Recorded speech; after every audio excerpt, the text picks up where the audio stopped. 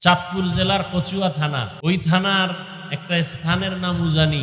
ওই জায়গা আবাদ করেছেন কারি ইব্রাহিম রহমতুল্লাহ আলাইহি। তিনি তো বাঘের কাছে আসছে, বাঘকে কথা বলছে, এই বাঘ তুমি চলে যাও, এখানে আমরা বসবাস করব না। বাঘ চলে গেছে। বাঘ তো তাকে আক্রমণ করে নাই। তার 11 সন্তান, ছেলে 11টা। সর্বশেষ যে সন্তান কারি মঞ্জুর আহমদ রহিমাহুল্লাহ, তিনি আমাদের বাড়ি যাইতেন। তার হাত ধরে আমি উজানি আসছি, চাঁদপুরে আসছি। আমাদের কুয়াকাটা বঙ্গোপসাগরের কিনারায় লাল কাঁকড়া থাকতো, ছোট ছোট লাল কাঁকড়া, বিদ্যুতের গতিতে দৌড়াতো। এখন সাগরের পাড়ে গেছে দেখার জন্য সকালবেলা। ওই কাঁকড়াগুলো মানুষ দেখলে বিদ্যুতের গতিতে দৌড়ায় গর্তে ঢুকে যায়, দেখতে খুব সুন্দর। ইদানিং কালে এগুলো নাই, ভালো ভালো জিনিস থাকবে না, মানুষ ভালো কমতেছে, ভালো ভালো নেয়ামত কমে যাইতেছে মানুষের গুনার কারণে। ইলিশ মাছ আছে, আগের সেই বরকত নাই। এখন সে কাঁকড়া দেখবে, দেখতে পারে না। আমরা দৌড়াইতেছি ধৈর্য দেখানোর জন্য। হুজুর বলতেছে একটু দাঁড়া, আমি একটু দেখতে চাই, একটু দাঁড়া। অনেকগুলো কাঁকড়ার মধ্যে একটা কাঁকড়া দাঁড়ায় গেছে। পরে হুজুরে বৈশা ওটাকে ধৈর্য এরপরে দেখলেন।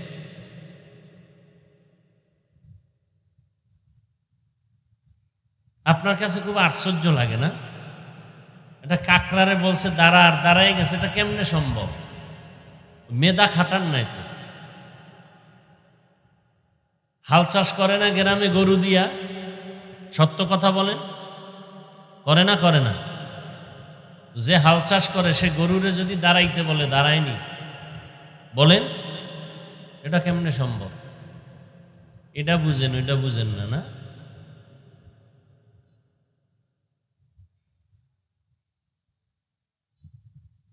মানুষ দামি না কাকড়া দামি? মানুষ দামি না বাঘ দামি? মানুষ শ্রেষ্ঠ না চন্দ্র সূর্য শ্রেষ্ঠ? সবাই একমত তো? অতএব চন্দ্র সূর্য মানুষের গোলাম, মানুষ আল্লাহর গোলাম।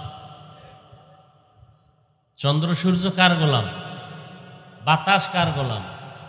সুলাইমান নবী বাদশাহ জুলকারনাইন বাতাসকে হুকুম করছে এদিকে যাও, এদিকে যাও, চলছে। তা আপনারটাও শুনবে। আপনি আল্লাহর গোলাম হন, আপনার দাড়ি নাই, টুপি নাই, নামাজ নাই, কিচ্ছু নাই আপনার মধ্যে। আমার মধ্যে আছে, কিচ্ছু নাই, শুধু আপনাদের দেখানোর জন্য। আমি যদি টুপি না, আল্লাহর সন্তুষ্টির জন্য কয়জনে বয়ান করি? বয়ান তো করি শুধু আক্রমণ, অমুকেরে ধরো, অমুকেরে মারো, অমুকেরে এই করো সেই করো। সবাইকে বুকে লাগাবার নিয়তে কাছে টানার জন্য কয়জনে কথা বলি? আমাকে চেয়ারে বসাও আর সবকিছু নামায় দাও, এই সব বয়ানই তো চলে, এই বক্তব্যই তো চলে। হুজুর রাজনীতির ওয়াজ করবেন না, আর ওয়াজের প্যান্ডেলে রাজনৈতিক বক্তব্য দিতে আইসা অনেকে বক্তব্য দেয়, শুধু হুজুর বললে দোষ। কি এটা কি রাজনীতির মঞ্চ? তাহলে রাজনৈতিক বক্তব্য হবে কেন ওয়াজের মঞ্চে? হয় না? হয় না? এতদিন হয়েছে, নতুন করে যেন এই সুযোগ আর কেউ না পায়। জুলুম থেকে আমরা পরিত্রাণ চাই।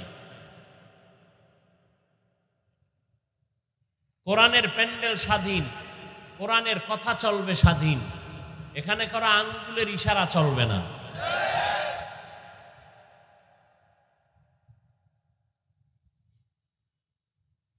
আল্লাহ বুঝার তৌফিক দান করেন। যতই বলি বয়ানের পরে কি আর এই কথা ঠিক থাকবে? হুজুর হুজুরেরটা বলে গেছে, আমরা আমাদেরটা করি।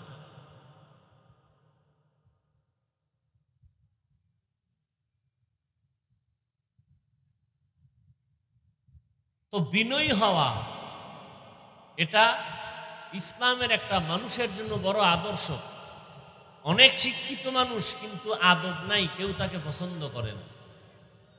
প্রত্যেকটা জিনিসের একটা সৌন্দর্য আছে, মানুষের সৌন্দর্যের নাম আদব। লিকুল্লি শাইইন যিনাতুন ফিল ওয়ারা ওয়া যিনাতুল মারই তামামিল আদাবি। মানুষের সৌন্দর্য আদবের ভেতরে। শিক্ষা দীক্ষা কম, কিন্তু লোকটা খুব বিনয়ী, সবাই তাকে সম্মান করে, মহব্বত করে। দেখেন তো আল্লাহর নবী কি বললেন, যে আদব আল্লাহ আমাকে শিখাইছেন, আমি আমেনার গর্ভ থেকে শিখে আসি নাই। তাহলে আদব শিখতে হয়। একজন বুজুর্গকে জিজ্ঞাসা করা হলো, ও বুজুর্গ, তুমি আদব শিখছো কই? কয় বেয়াদব থেকে। বেয়াদব যা করে আমি তা করি না। বেয়াদব বাম হাতে পানি পান করে, আমি বাম হাতে করি না, কারণ এটা আদব না বেয়াদবি? বেয়াদব। যেই জিনিস যেইভাবে করা উচিত, যেই কাজ যেইভাবে করা প্রয়োজন, ওইভাবে না করাটা বেয়াদবি। যেই জিনিসটা যেখানে রাখা উচিত ওখানে না রাখা বেয়াদবি। বুঝেন না কথা? টুপি রাখবে কই, মাথায় না পায়ের নিচে? মাথায়। পায়ের নিচে রাখা। জুতা থাকবে কই? এটা মাথায় নেওয়া। বলেন না কেন? বেয়াদব। প্রত্যেকটা জিনিসের একটা আদব আছে। পানি পান করার আদব, জুতা পরিধান করার আদব। আদবের আর এক নাম সুন্নত। বলেন, আদবের আর এক নাম সুন্নত। ডান হাতে আপনি পানি পান করবেন, ডান হাতে খানা খাবেন,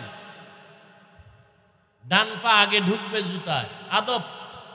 এটাই সুন্নত। বাম হাতে কিছু পান করা, কিছু খাওয়া বেয়াদবি, সুন্নতের খেলাফ। আর এটা শিখতে হয়। নবী যদি শিখেন, আমি কেন পারবো না? কথা বলার মধ্যে আদব। বলে কি আদব? এক নাম্বার আদব, কথা বলার আগে সালাম দাও। কথা বলার আগে সালাম দাও। একজনের সাথে মোবাইলে কথা বলবেন, আগে কি? তারপরে কালাম, তারপরে কালাম। আপনারা কি আগে সালাম দেন? আমি দেই না। সালামকে জবাই করেছে পৃথিবীর আন্তর্জাতিক চক্রান্ত মোবাইলের মাধ্যমে, হ্যালো শব্দ দিয়ে সালামকে জবাই করেছে, হ্যালো।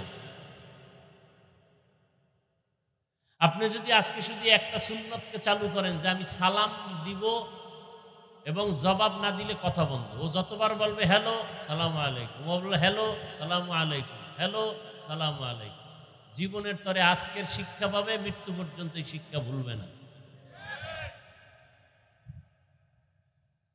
সালাম দেন না।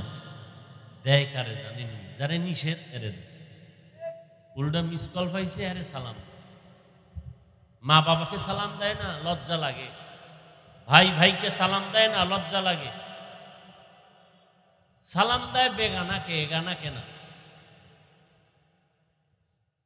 লিকুল্লি শাইইন যিনাতুন ফিল ওয়ারা ওয়া যিনাতুল মারই তামামিল আদাবি। বয়ান তো জীবনে কম শুনলেন না।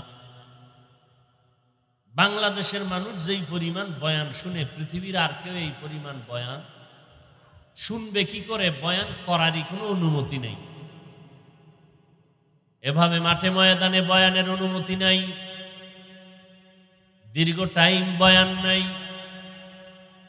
বাংলাদেশে এত বয়ান, দাওয়াত ও তাবলীগের মাধ্যমে বয়ান, পীর মাশায়েখদের পবিত্র জবানে বয়ান, জুমার দিন খতিব সাহেবদের জবানে বয়ান। আমরা উলামায়ে কেরাম মানুষের দ্বারে দ্বারে ঘুরে বয়ান করি, আবার মোবাইলে সে বয়ানগুলো ডাউনলোড করে আপনারা শুনেন। বয়ান শুনতে শুনতে এমন এক পরিস্থিতি হয়েছে, এখন মানার কোনো সুযোগ নাই, এত বয়ান আপনি জানেন। বয়ান আপনি সব জানেন, কোনটা হালাল কোনটা হারাম, কোনটা বৈধ কোনটা অবৈধ, কোনটা জায়েজ কোনটা না জায়েজ, সব আপনারা জানেন। গালি দেওয়া হালাল না হারাম, মিথ্যা বলা হালাল না হারাম, জানেন এরপরও মানেন না। জানা আছে কিন্তু মানার কোনো চিন্তা নাই। কারণ কি? দৈনিক মানুষ মরে, জানা যায়, আপনিও যান, কিন্তু একবারও শিক্ষা নিলেন না মরণটা যদি আমার হয়, কই আমার ছেলে, কই মেয়ে, কই মা, কই বাবা, কই আপনজন? আমাকেও তো এমনি ভাবে আমার জামা কাপড়গুলো বেলেট দিয়ে কেটে কেটে রেখে দিবে, সাদা তিনটা কাফনের কাফন দিয়ে পেঁচায় প্যাকেট বানাবে।